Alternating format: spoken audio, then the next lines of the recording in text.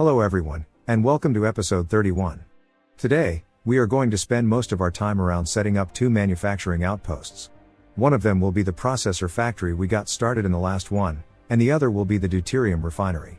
We had two choices on how we go about using up all the hydrogen byproducts in the graphene production, and ultimately I decided that deuterium is the way to go.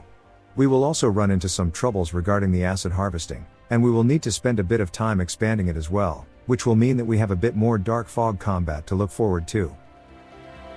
Before we get started, I would love it if you subscribe to the channel, and clicking the like button will let me know that this video was worth making. If you want to help me make a living off this one day, please consider becoming a channel member, where you will get an early access to the videos as I make them, and for a one-time donation, you can find a link to my Ko-fi page in the description. But enough talking, let's get into it. As you can see, we pick up right where we left off. We have a massive processor facility waiting for a lot of belts and assemblers, and we only have those available on our home planet of Juno. So the only thing we can do is go home, and stock up.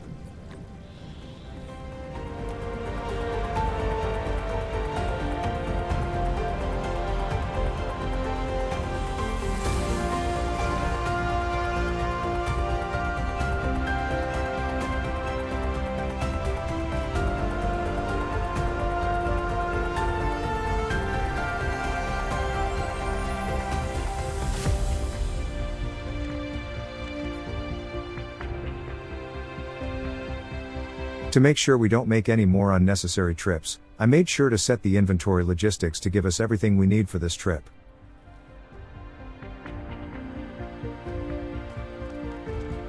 The only problem came with the assemblers.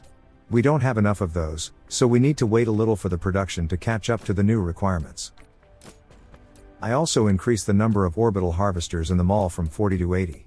That way we will have 2 planets worth of them ready to go at any given time, not just one, and we will need them pretty soon. As it turns out, our graphene issues came from not having enough fire ice. Overproducing the hydrogen had nothing to do with it. So, we will need to build more gas giant harvesting operations at some point.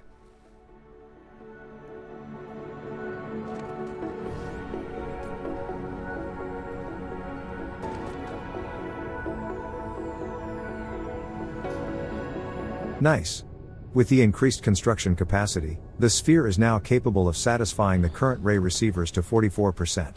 We might need to start expanding them fairly soon. Once we have a stable flow of photons coming in, we can start thinking about using them for power generation.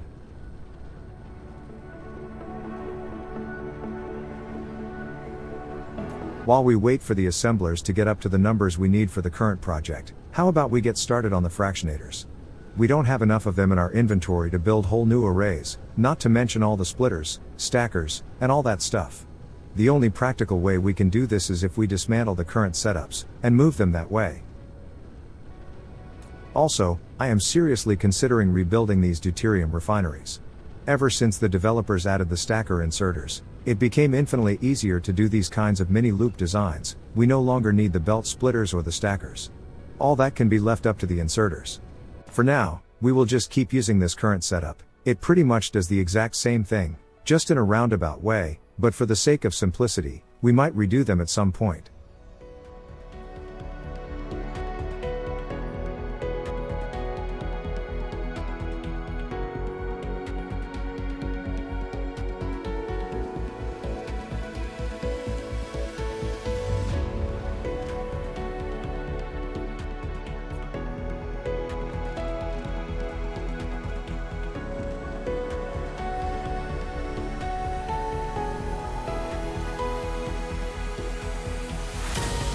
And we have enough assemblers.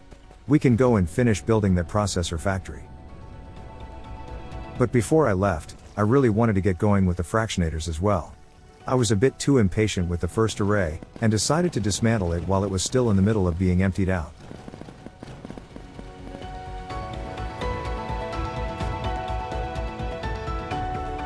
I obviously didn't want to leave any of the hydrogen, deuterium, or most important of all, the buildings themselves on the floor, so we had to clean up this mess.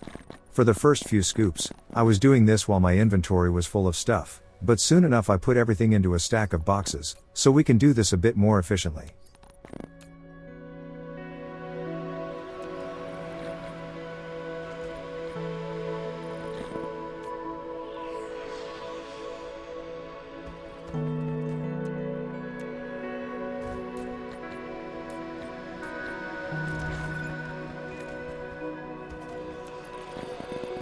Look! We have the very first spaceborne attack from the hive. I guess they finally got angry enough about our sphere building efforts. It will take some time for them to get here, so we can clean this up while they do so.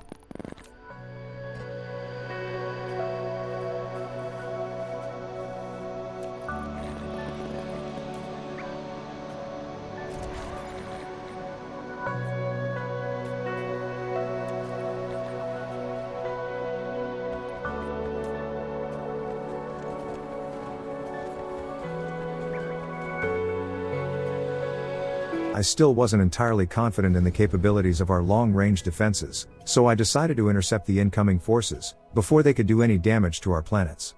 Sure, they have shields, but those are only meant to prevent landings, not repel an actual attack.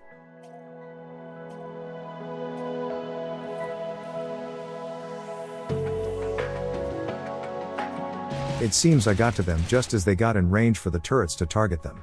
My fears were unfounded. At the same time, we got lucky. If Minerva was on the other side of the gas giant, this could have gone completely differently.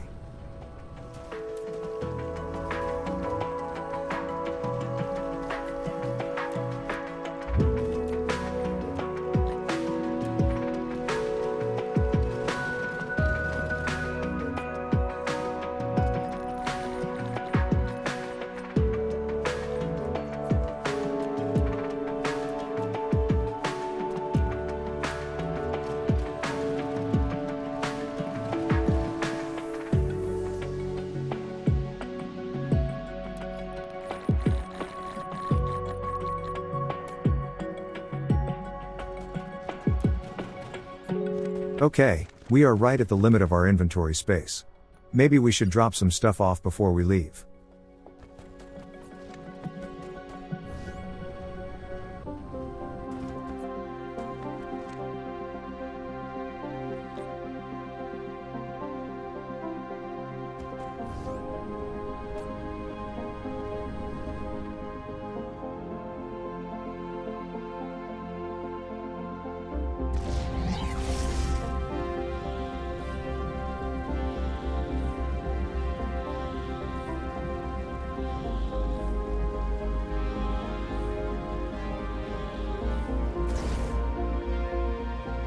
Well, this is a pretty big construction, so if you don't mind, I will increase the speed of the footage, so we can get through this a bit faster.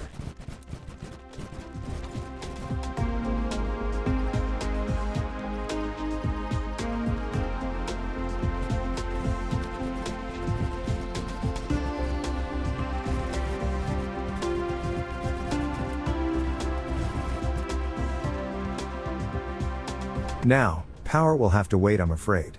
To make more fusion reactors, we will need a lot of titanium alloys, and as it turns out, we will have a shortage of those when we try to pick some up in a bit. But, before we get to that point, I decided to start building our fractionator planet, since we were in the neighborhood, and we had most of the materials in our inventory.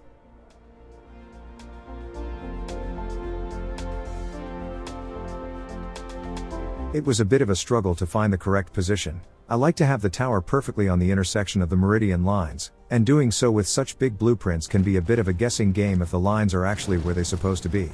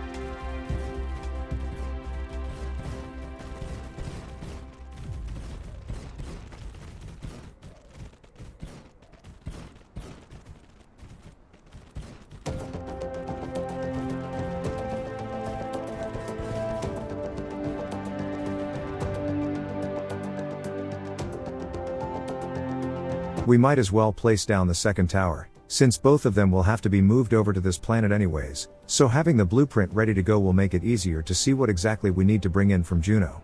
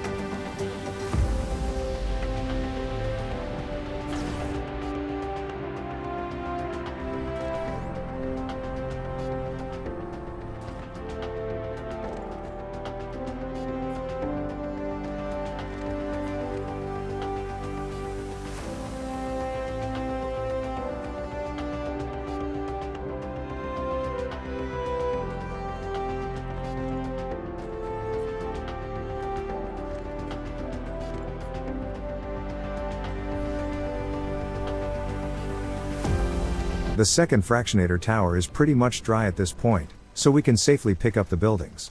We will need all this stuff to finish building both towers on the new planet.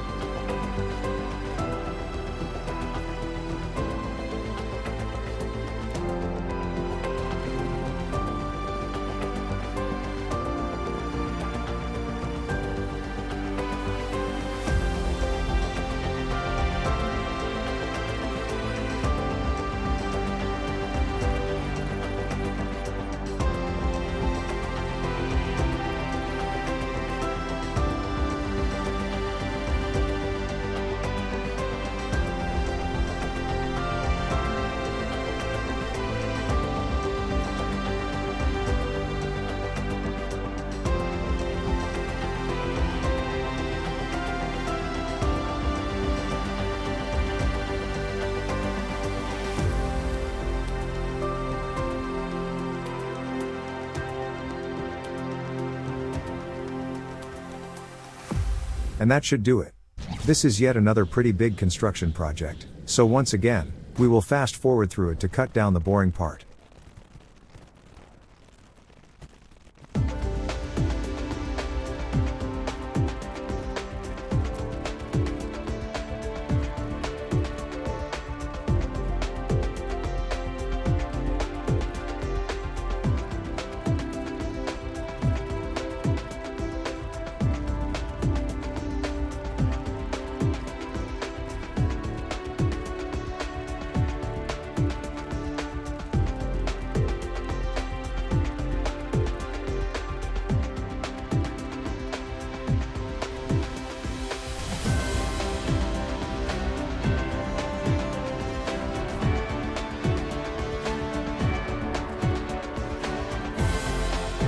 And this is where I wanted to get going with the fusion reactors. We need quite a few to get both planets started, and as it turns out, we don't have enough titanium alloys to make them.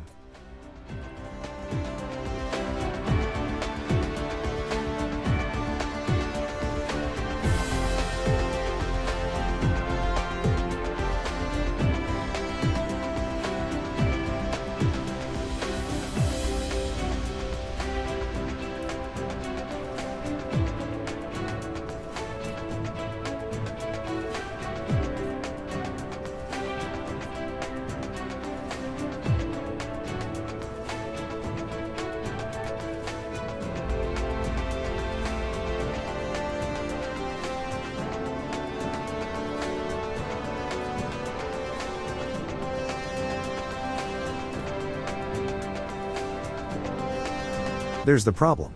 Not enough acid. I'm afraid we will need to go and set up more outposts to gather the stuff, and the fact that our current source is on a planet with a dark fog presence on it does complicate things.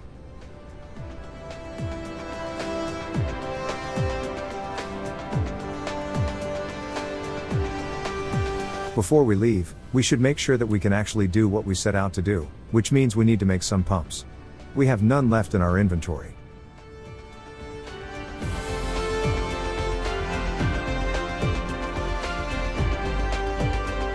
We might as well go big, and make 100 of them.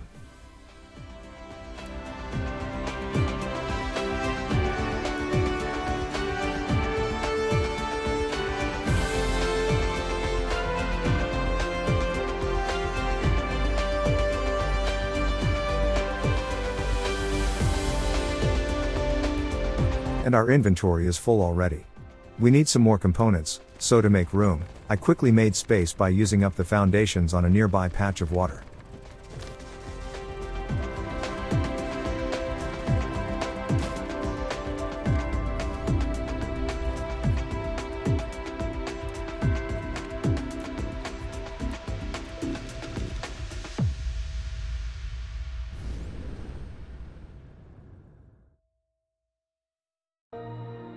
I forgot already which system the acid was in. I guess I only needed to look at the upper left part of the screen to see, but I forgot about that, so I went to another star before I remembered that it was the Mizar system.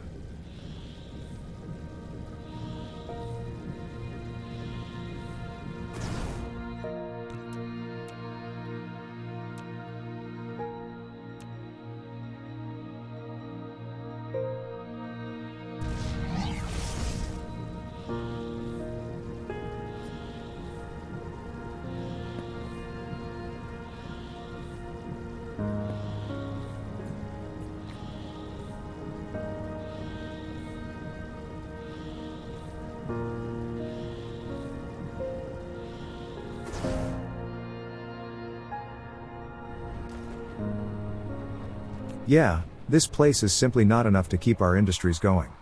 We definitely need at least one more similar outpost. Only, we don't really have the firepower to set one up, so we will just have to use signal towers to keep it defended.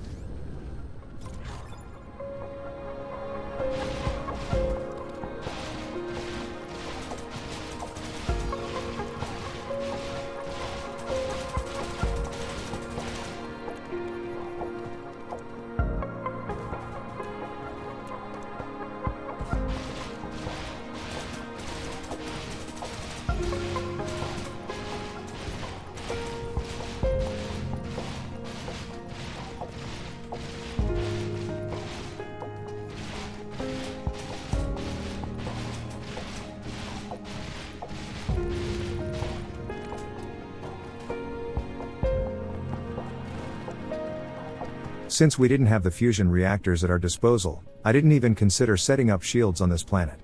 The only way to keep those charged would be with a proper power network. Windmills simply wouldn't cut it, and that's all we have on hand right now.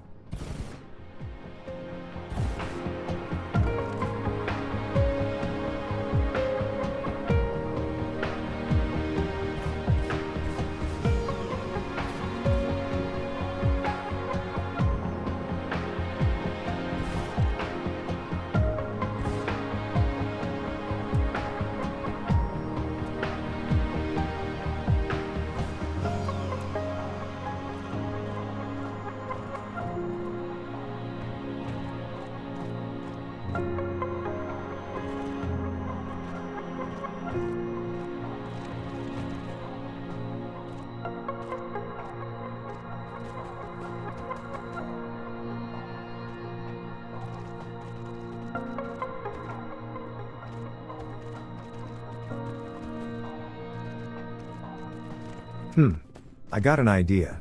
What if we tried to squeeze in some extra pumps into the middle of this lake? Once the pumps are placed down, we can safely pave over them. They will keep operating like normal.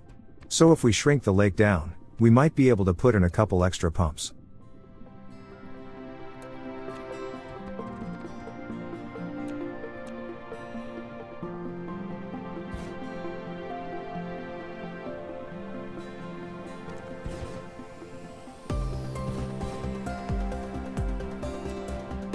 It's not much, but better than nothing, I guess.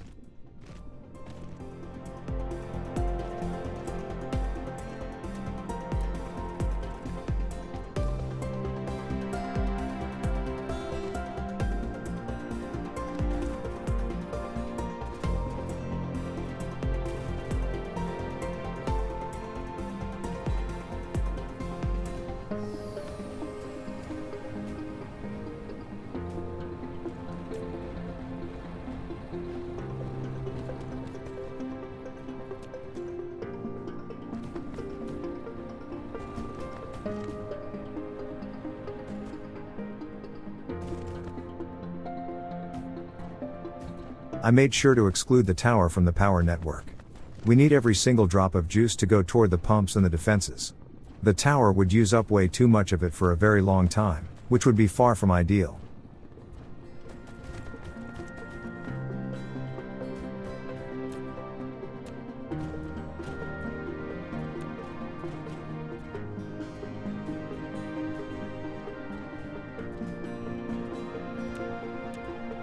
As for defending the place, we will just use signal towers. Any attack can be repelled by the missiles from the main outpost, since the local bases are very low level.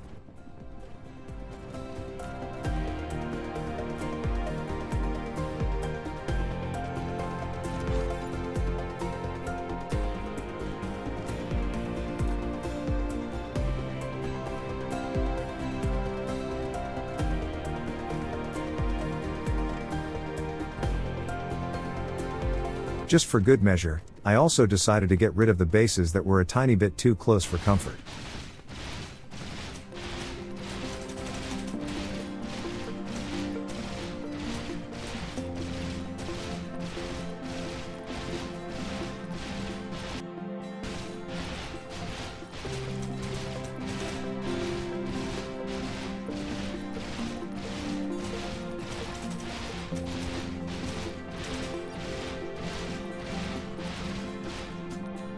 The only missing piece was a Babs. We definitely need one, since things would still get damaged, and we need a way to repair them.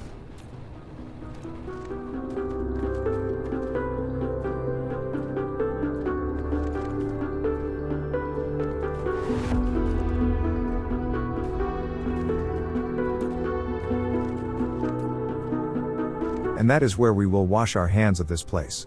It's far from ideal, but it will have to do.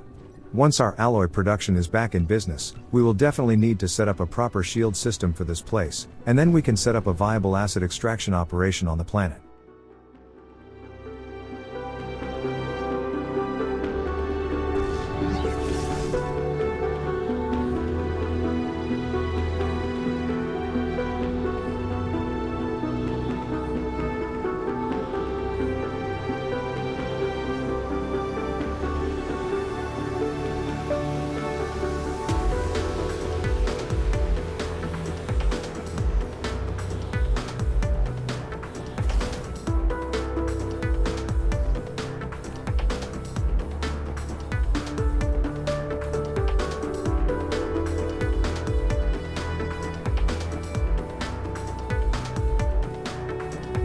Things are already looking better. We have quite a lot more acid coming in at once, so I'm fairly confident that the problem is solved for the time being. And the alloys are already piling into the mall storage. We can get started on the reactor building efforts.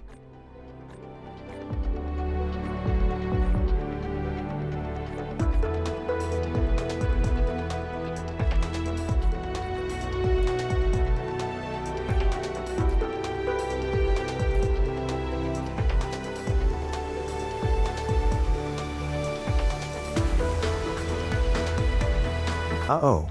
The processors are also starting to run out. We better hurry up, or we might end up with no more left in the system.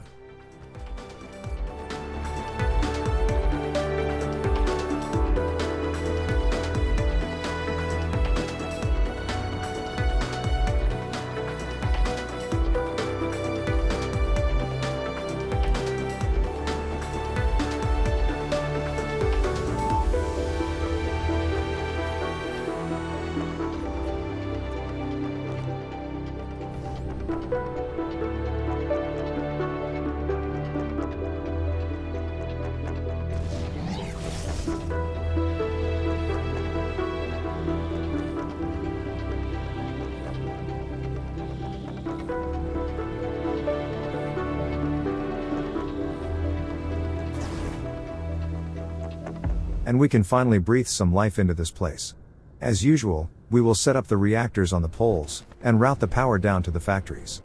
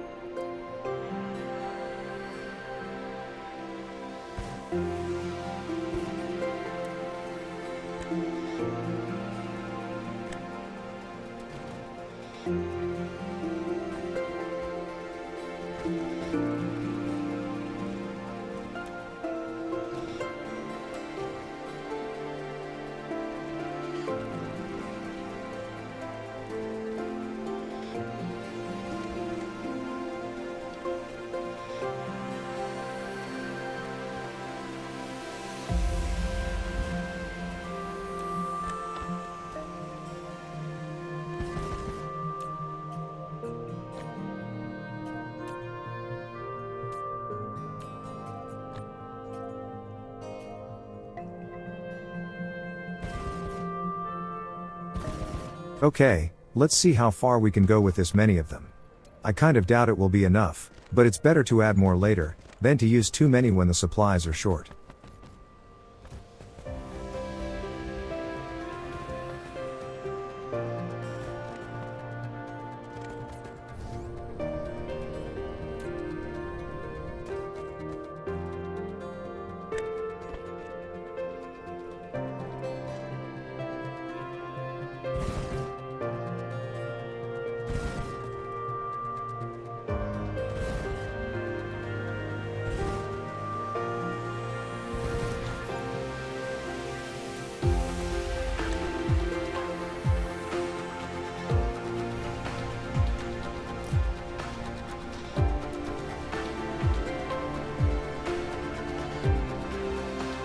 And that's that. The power network is up and running, and our fractionators are going. It will take some time for them to reach their full potential, since unlike the new stacking inserters, this system need a bit of a warm-up time to reach the maximum output. This is why I really want to redo these blueprints, so we can take advantage of the new inserters, which can do the job of the stackers we are currently using. Well, that's one planet down. Now we need to go back home, make some more reactors, and then take care of the processors.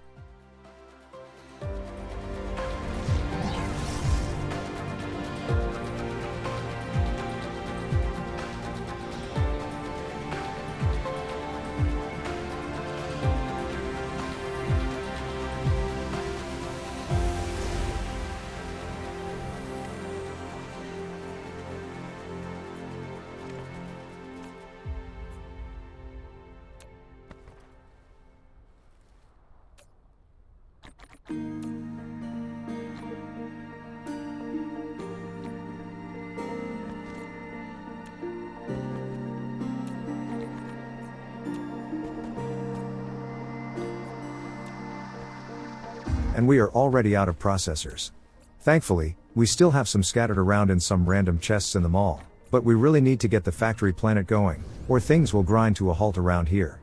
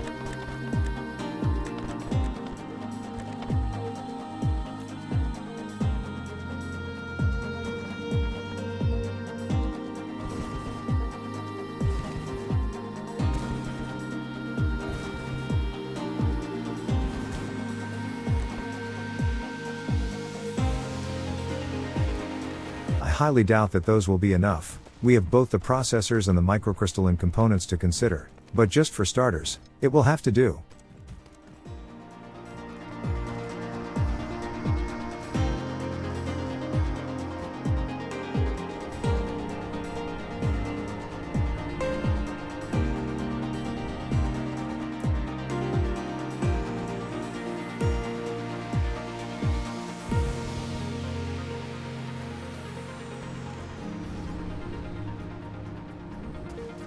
We might be able to squeeze a bit more efficiency out of this once the towers are fully charged, but we definitely need more power.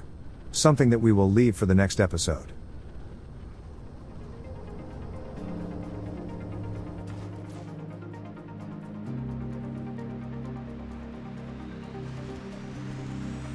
And look! We finished this one exactly where it started. Right next to the processor assemblies. As for the next video, we will most likely make some effort towards sorting out the power for this place, and then we continue hunting for inefficiencies in the overall factory. For example, I highly doubt that the current rate of refining on Vulcan will be enough for long, so we need to check on that, not to mention that some of the more basic resources must be starting to struggle by now. Adding all this processor production will inevitably use up all the circuit boards we are making right now, so I bet we will need to consider setting up a planet for those too, and then maybe the magnetic coils, gears, all that kind of stuff. We have a long road ahead of us still. Also, we need some more gas giants exploited, so the extra harvesters will come in handy soon. Anyways, if you haven't done it already, I would love it if you subscribe to the channel, and clicking the like button will also help letting me know that the video was worth making. If you would like to help me make a living off this one day, please consider becoming a channel member, where you will get an early access to the videos as I make them. And if you want to give a one-time donation, you can find a link to my Ko-fi page in the description. Thank you for your support, and I will see you in the next one.